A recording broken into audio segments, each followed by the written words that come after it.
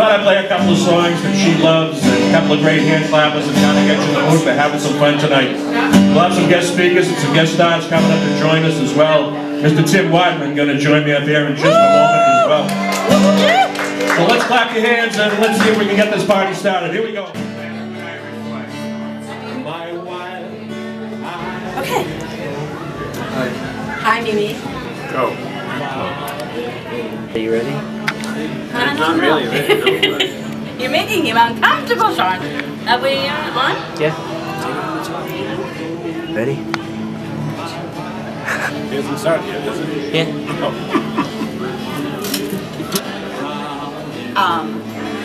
Is it rolling? Was it really God great? bless Mimi. Are we recording this? Happy birthday, Mimi. If I come up with a story, I'll come back with it. Happy birthday. First of all, I want to say happy birthday to Mimi. Happy birthday, Mimi. Happy birthday, Mimi. Hi Mimi, happy birthday. I'm so proud to be here. Happy birthday, Mimi. Happy birthday, Mimi.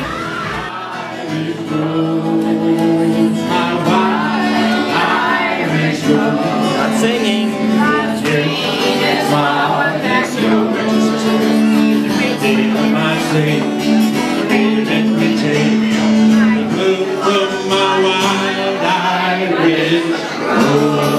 Give her a nice hand, ladies and gentlemen. 90 years old. Good for you. You were always my favorite. As a young girl growing up, I was always impressed how you could work a full-time job, take care of your 5 kids, and still look great. Of course, I knew the secrets because I slept over a lot. The way you'd wrap your hair in toilet paper at night so you didn't lose the style. The way you used to be able to whip Joe and Brian into shape. And so I just want to wish you a happy birthday. And the party's great. And let's hope we can do another one in 10 years when you're 100. Just want to say I am very honored to be here and present for the celebration of your 90th birthday. And I don't have any stories either, but I love you and your family very much. You should identify yourself. Happy birthday, it's Allison Kirby, and I know there's Allison Kirby Smith, so Ed's daughter Allison, number 6. And your favorite Love nephew. you. Your favorite nephew, Jerry. Yeah. You look great. You look wonderful, and Yeah. may God fill you with His spirit of love and peace always. And we'll be back for the 100. Yes. Yeah, she's gonna make it to her. Yeah. Yeah. Mamie, it's Joe and Janet sitting here at your party. You had an absolute great time. I, of course, am your oldest child and obviously your favorite. But just thought I'd come out here and pose for a couple of pictures and do some chatting. But an absolutely great time. You are 90 years young, absolutely incredible. We're so proud. We're just in awe of that. And here's to many, many more years. And we love you, absolutely. Mimi, I remember the first time I met you. It was Joe's prom from Catholic Memorial, 1966. And Johnny's just saying, wow. And then they were married. And Yeah, no, we weren't married. Oh, no. And it's been wonderful to be part of this family for 40 We're married 42 years this June. But Amazing. I've known you since 1966. As you know, Mimi, I was only 8. She snatched me off my paper route. I really had no choice. But no, we've been happy all these years, so we're so happy with our family. Everything is great. We have our new granddaughter, Catherine. And I'm so We glad have so much to be tonight. happy about and celebrate, especially what happened right here tonight. And I'm so happy tonight you were able to meet Catherine for the first time. Happy birthday. I love you, and many more. Signing off.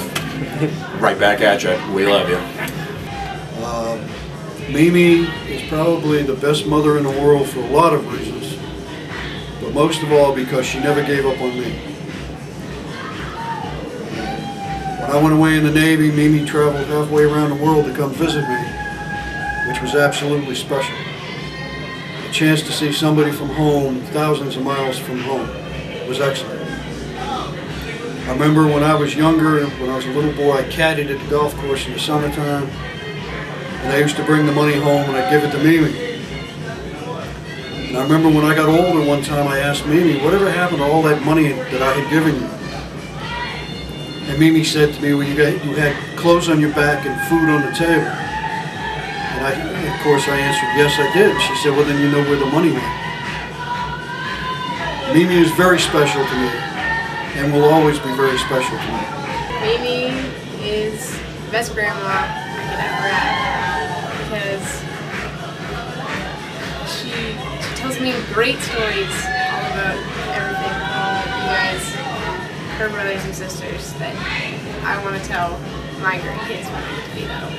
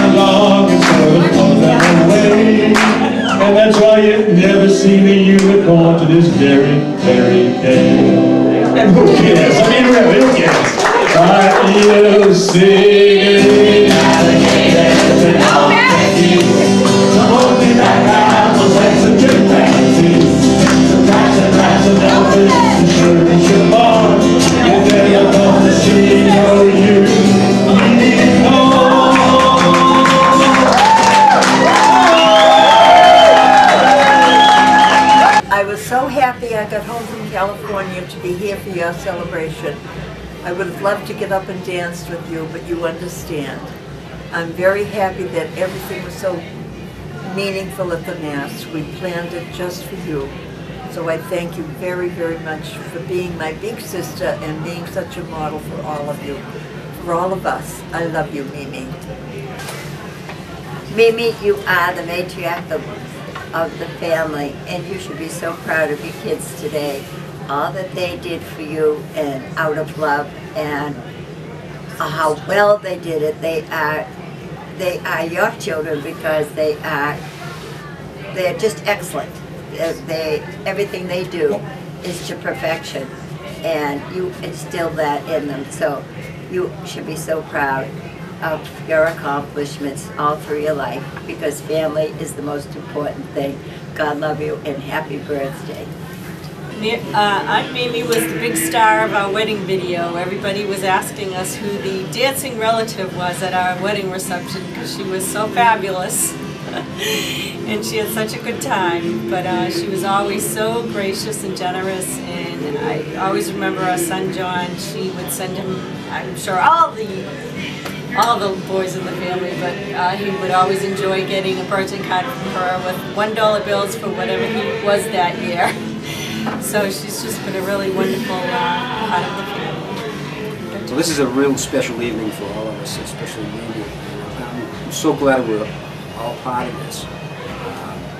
You know, I've been associated with the Donnells and the Sullivans and all my whole family and my whole life. And, you know, this is a very, very special night for me. You know, she's 90 years old. And I hope, great. Yeah, she's doing great. And I hope that we celebrate her 100th. And it's been very, very special. And, happy birthday, and happy birthday, Mimi. I love you. No, Mimi, we want to thank you for all the support that you've shown to our family. Even with your 5 wonderful children, you still had time for us and our kids. You used to come to our house to all the parties. All the graduations, I remember you there for Brendan and Cassie, and you're amazing. We're so happy that you're part of our lives. Yeah. Don't you have any good stories, Billy? Oh, there's too many stories. Growing up, any good ones? Many, many. I remember growing up in Brighton, on Brighton Road, and all the fun we had there with all the kids. It was amazing. And then when they lived in Jamaica Plain, we lived in Brookline, just years and years. It was a lot of fun. Happy birthday, Mimi. Happy birthday. I'm gonna cry. It is such a pleasure and such an honor to be part of your life. I have known you since I was 15. You have given me such a blessing in your children, Mary Beth and Lori. I cannot tell you what a pleasure it is to know you and to have you in my life. I don't know what to say. Anyway, I think you said good things. I love you. Mwah. Happy birthday, Mimi. We're honored to be here. We're very thankful to be invited, and that you allowed us to be here for your 90th birthday. 90, wow. And you were always the coolest mom. Oh, wait a minute. No, you were. You were. You were. I have to admit it. We did get a lot of partying time at work, I must say. But yeah, and we were glad to have the Audi. Yeah. Mary Beth would get the Audi and come over to Cambridge. We're very thankful for that. They thought they were hot shits driving in the Audi, you know. And we thought they were too, actually. We were kind of jealous. So, but that's why we got you. yeah. But Well, you have a beautiful family, and thank you very much, and God bless you. Oh, I knew that's cute. I'm signing off, so if you want to go ahead. Bye, Mimi. We love you. Hi, Mary. I'm just so pleased and so happy to be here to help you celebrate your 90th birthday. But I don't think of 90 years. I think of way back when, back on the farm, down on the farm, where you were the little mother. You took care of all of us. You told us what to do, what have you. And not that you told us what to do, you were the role model. You set the bar high and you achieved that. Be a member of our siblings. We get together and we have such fun. We love each other, and I love you. And I look forward to many, many years of get-together and celebrations. God bless you. Thanks for inviting me to your party.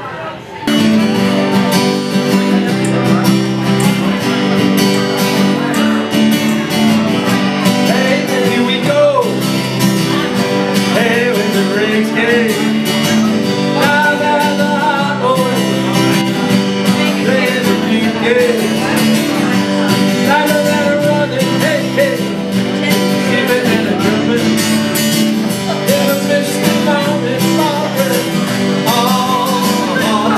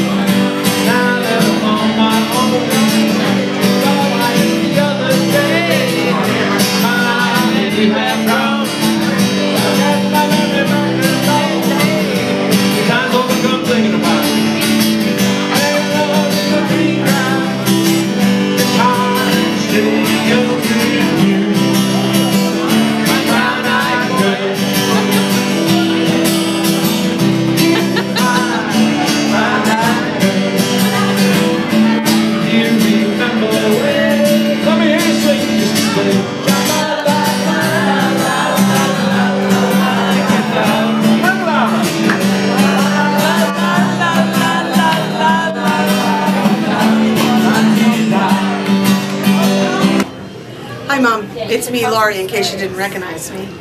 But I just wanted to say what a special day today has been, and all the days leading up to today, planning this special party for you.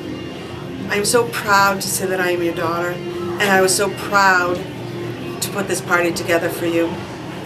All your family and friends were so eager to come and be with you today, and how nice it was for me to say that you're my mom, and how proud I could be to show you off as my mom.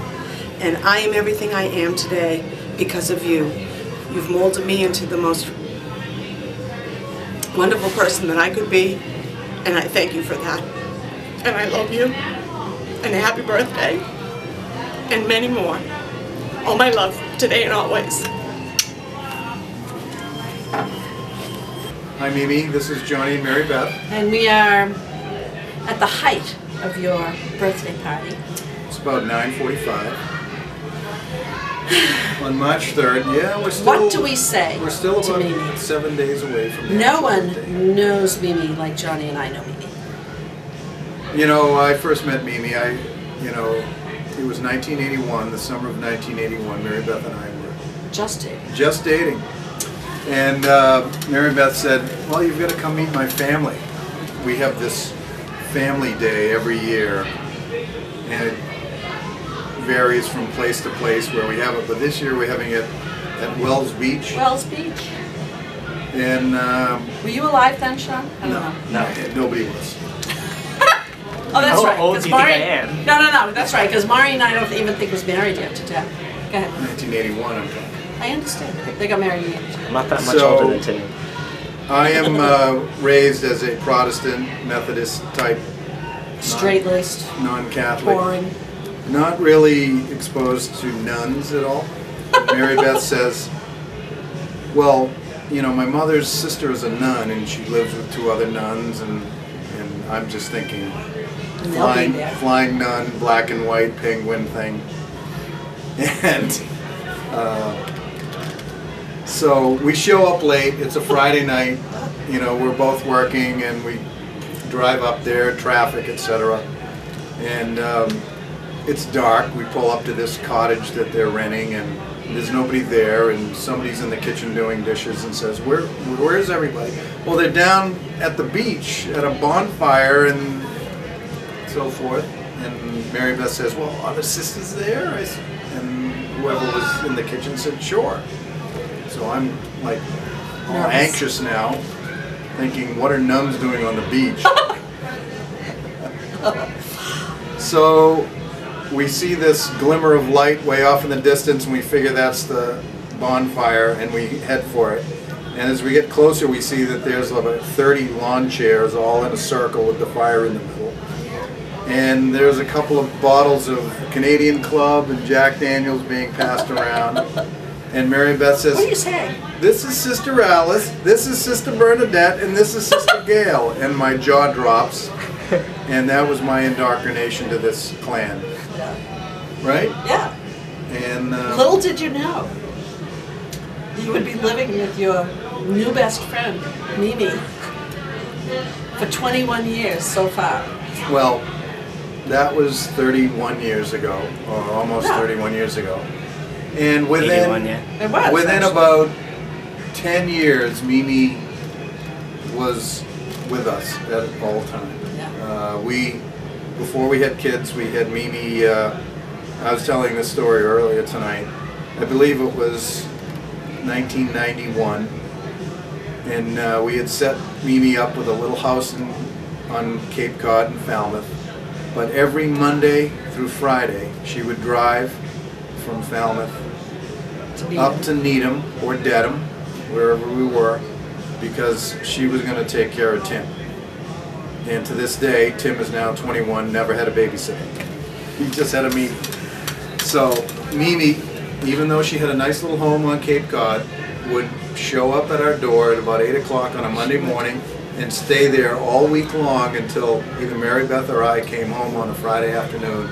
And then she'd head back down to Cape Cod, just enough to do her laundry, do some cooking, and then turn around, come back on Monday. And she did that for, I figure it was 1991 until about 1994, when we moved to the Cape permanently, and Mimi started living. And she became part of our permanent family.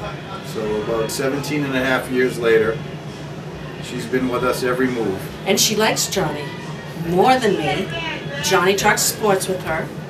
Johnny sort of talks politics with her. No, He's afraid to talk politics with her. That. So, I'll talk sports, I'll talk current events, and I'll be a good sounding board for her listener. But for the most part, she's been the best friend to our children. There's something to be said for having 3 generations in one household, and what the benefit of that is to the youngest generation. It really is. And she is a living example of what that is. And even to the point where all my girlfriends who are here tonight, all these years, they say, if I only had a Mimi, I would love to have a Mimi. But she's my Mimi, and she's Johnny's Mimi, and Tim and Betsy's Mimi, and maybe Laurie and Brian and Joe and Michael, but she's our Mimi. But So even to this day, she is a pal to our children. She is. She's awesome.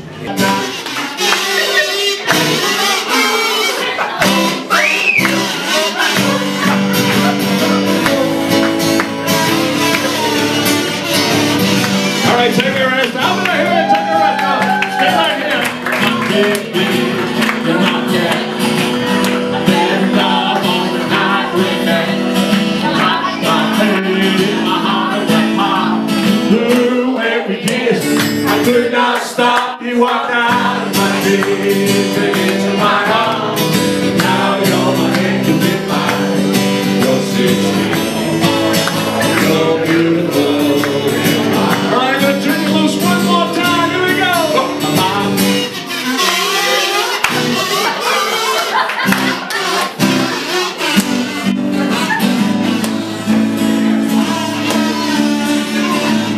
Once more, everybody wants to hear.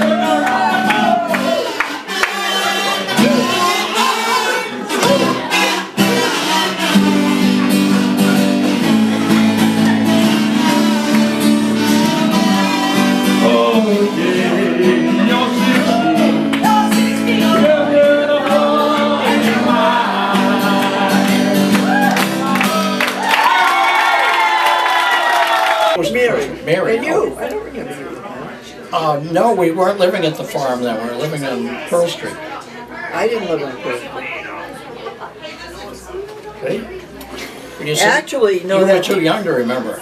That little picture I have of Eddie and I when we were little, I was taken on Walter Avenue. it was taken right in front of John Tyler's house, in the Crowley field right behind him. And I figured out from looking at that, the only house I remember on Walter Avenue was 46 up the top. And but looking at that one day, I said, you know, that I must have lived in Shaughnessy's house. no, down the other end. Darcy's. Darcy's. And I don't remember Darcy's house. And the reason I figured that out is I can't be more than 2 years old. And Darcy's house was the next one down. And I said, my mother wouldn't let me go more than 2 houses away. Whereas the 46 was up the Well, top let's of the see. street. You're what, 10 years between you and Mary? 8 years? Yeah. Yeah, you were. When Mary was 7, I was 5. Yeah. And I remember they started us in school in those days at the age of 5 in the first grade. Yeah. And I went voluntarily to school in first grade. And then those nuns, they were monsters. They were with these black outfits, and one of them had a mustache. Oh, Larry, you're making this No, up. really. You're making this No, really. up. And they growled at me, and they scared the hell out of me. And I said, that does it. And when school broke and I went home, I remember talking to Darby, the old man, and he said, how'd you do in school? And I said, I guess I didn't learn enough. I have to go back tomorrow. I knew you. See, now he was just leading up to this No, really. joke. So the next day, I didn't want to go, and Mary had to take me to school. Now, she's 7, and I'm 5. Yeah. And I remember it was Pearl Street, because we walked up Pearl Street to Brookline Village. And as we would buy each of the stores in Brookline Village, Burns Drugstore, remember, and the department store, and the drugstore, it's Gary's clothing store. Yeah. I'd reach out and grab a handle and hold on to it, and the door handle, and Mary would tug and tug and tug of a handle. I let go, and then run along and grab the next one. And we had to leave about 40 minutes early because it took her so long to tug me through Brookline Village and then turn me over to the first grade teacher. And I did that every morning as I can remember. And she patiently, she didn't hit me, she didn't yell at me, she was patient, pulled my arm. I'm sure she was firm. She was firm. Raise her voice, but she was firm. In fact, when I graduated from high school, I enlisted in the Marine Corps. I went to Parris Island. Yeah. And after having lived my entire youth in the Depression, where we didn't have anything, hardly enough to eat, and then those nuns telling me which side of the street to walk on, and then Mary, my second mother, bossing me around, I was 3/4 trained before I even got to Parris Island. They said jump, I jumped. All they had to do was teach me the close order drill and how to fire a gun. I was just going to say, the nuns weren't that bad, but you were on the boys' side. I think that all the tough nuns were on the boys' side. You had Sister at the first grade. Angelina. You didn't have Sister Everista. Angelina was like the Gestapo. Sister Angelina's father was the mafia boss in East Boston. Yeah. Did you know that? Yeah, no, but I Yeah, I remember. She said, you better do as you're told, I or had- something bad is going to happen to you. I had Sister Everista. She was wonderful. Well, they were. I'll tell you, they were strict and they were hard and demanding. But I got an education from those ladies that you couldn't buy at the best private school in the world. Right. Couldn't. Right.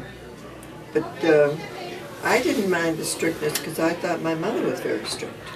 I didn't get away with things like you. I didn't do things like you did. You were a wild kid.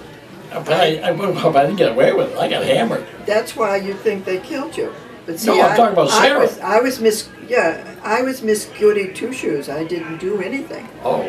And Sarah never said, "Oh, you're a good girl." She just, That was Don't do it expected. again. That was the norm. It was expected, right? So, I never got praised for well, doing I something enjoyed, good, but you'd get corrected for something bad.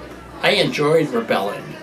When I was a senior in high school, I decided I no longer want to be a member of the church, so I wrote a letter of resignation, gave it to Monsignor Splain. Explosion. He said, and I had he brought me over to Father McCarthy, remember him? Yeah. And my homeroom teacher, I think, was Sister Maret, Yeah. and also Latin and Greek. And we had a conference, and they said, you can't do this. And I said, why not? There's a copy of the Constitution of the United States right on the wall. I can do whatever I want. I'm a free man. I quit the church. And then Sister Maret said, well, then you're out of school. Can't do that. I said, I've been here since grade 1, grade 12. What we have here, sister, is an implied contract. You agreed to educate me. You have to finish it. So they let me go all the way through and gave me my diploma and then told me to never come back. You never did. Oh, sure. I went back for a visit, get along very well with them. In fact, Sister Charles, remember Sister Charles? Oh, I know Sister Charles. She was my basketball coach. She was the only person I knew who could control an unruly mob with a look. Right. She'd never raise a hand or a voice or anything. We could be throwing spitballs around the classroom, waiting for class to start, and punching people in the arm, and jumping on desks. And the door would open, and Sister Charles would step in. And she was only like this tall. Oh, she's about 5 feet tall, and she just looked at everybody right in their seat. And I thought, what marvelous control she had. You should make her president. When she was my basketball coach, we played basketball at Mount St. Joseph's Academy, right next door there, in a huge, the court at St. Mary's was the basement.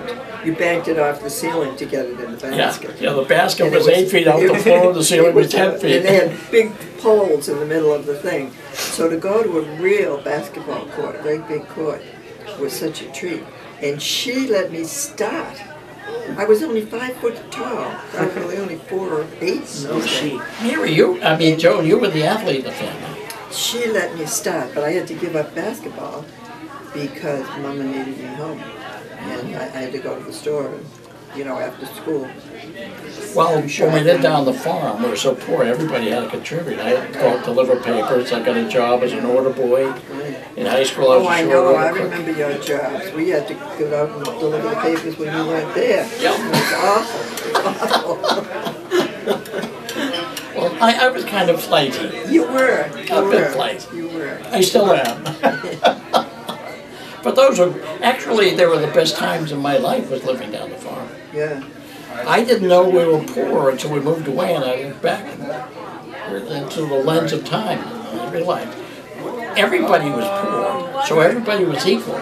We made our own toys, we had no money, we didn't need it. Oh, that's great. Is it a movie? Yeah, it's cool. You still there? I'll come in the front. But we have had a good life. Oh, we did. We did. As a family, I mean... well, you don't need money to have a good life. Oh, no. Well, you know, if you compared our family to a wealthy family that had like everything, I bet they probably weren't as happy as we were. Because we just had each other. And, I remember something that our grandfather, John Kirby... Oh, he was like you. He was like he could sling the baloney. Yeah, he once, we were talking about money, and he said, remember, my son, money isn't everything, but it's way ahead of whatever's in second place. Funny guy. I remember one of his jokes, but I don't think it's appropriate.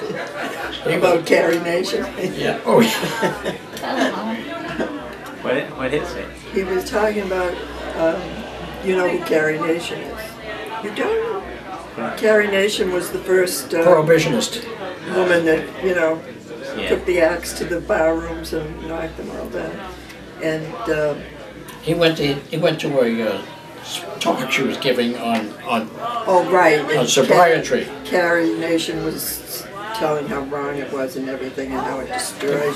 But if I may interrupt, he talked about her. She brought out a fishbowl, and there was a goldfish in it on a stand on the stage, and she had a pitcher of water, and she poured the pitcher of water in the goldfish, and she said, "See how happy the goldfish is and everything." And then she said, "Now I've got a pitcher of alcohol." Poured the alcohol in the water, and the fish swam around, then went belly up. That's what alcohol will do to you. It will kill you. You drink alcohol, it will ruin your stomach, and you will die. And Grandpa was in the front row, and he said, "Mrs. Nation, I've been drinking alcohol all my life, and I'll put my belly up against yours anytime." Now that's the line I was getting to, but I didn't hear about the fish in between. I remember every one of those stories he told us. He was my favorite comedian. Grand guy. But those were good times. Life has been very good to all of us, really. We're all still here, Joni. Right. And I intend to stay a bit longer. Day to you.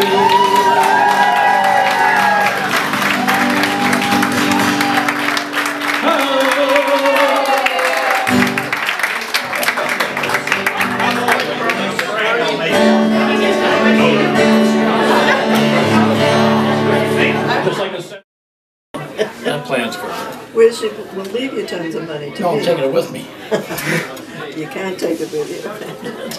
Well, that's what they say. That's what they say. But I think that you have already learned how to take care of yourself. Yeah, I've always been very independent. I don't know why. I But have a very no, independent. physically, you're trim, you're active, you're agile. You've had your heart corrected. That was the only flaw, and that's been corrected. So you're in very good shape. Well, up until this year, I was good, but I don't. Well, we don't want to go into that.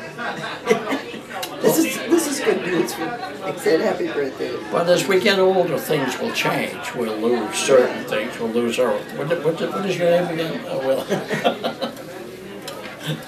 No, but I have plans going through... I'll be 88 in June. Yeah. and I have plans going through 91. I have to make it to, no, 92. You mean you have places you've been invited to? Well, I have things I want to do and plans I've made in advance. Good. So after 92, I'm ready to go on the other side of the grass if I've completed everything. So when you're 92, I'll be, how many more years is that? 8? 4 years. Yeah. So I'll be 85. Yeah. Yeah, I'll be ready. We'll go together. And my lovely wife Mary is now 85. Right. Yeah, and she's doing well. Oh yeah. She holds her age better than anybody, I think. I think the lesson is that we cannot stop the aging process, but we can refuse to grow old. How can you do that? I just will not grow old. I won't change the way I live. I'm not going to act like an old man. I'm going to chase all the pretty girls in there. If they turn on some music, I'm going to start dancing. Good for you. You bet your life. And here come the Wadman Brothers. It's a movie. It's a movie. Did you say something? Making a movie. Did you sit in this chair and say something? No, let them in. No. What is there to say? It's all been said. Whatever you feel like. We get the main viewpoint. Anything that you think Mimi would like to hear. He came down, all the way down from Maine, yeah. What do they call it? Elizabeth Island? Cape Elizabeth. Cape Elizabeth, yeah. It was good of them to make the trip all the way down. His wife is lovely. Karen, yes, I like Karen. She's a nice person. The world is full of nice people. Where did you get that bag of candy? Huh? Where did you get that? It was on my table. Well, I did. Maybe there's one for you. I don't think so. I wasn't really invited. He's a Buckley. How can you tell he's a Buckley? He looks so My mother told me. Yeah, he's got that long, thin face. No, I don't know. It just... Actually, no, he smiles once in a while. A real Buckley doesn't smile. Buckleys don't smile? Very seldom. Very seldom. William F. used to smile now and then. Do you agree with me? Was it William F. Buckley was your uncle, right? No relation. No relation? I was going to say, do you know who William F. Buckley is? Of course he does. Yeah. So, Mimi would rather hear from you, Sean, than either of us.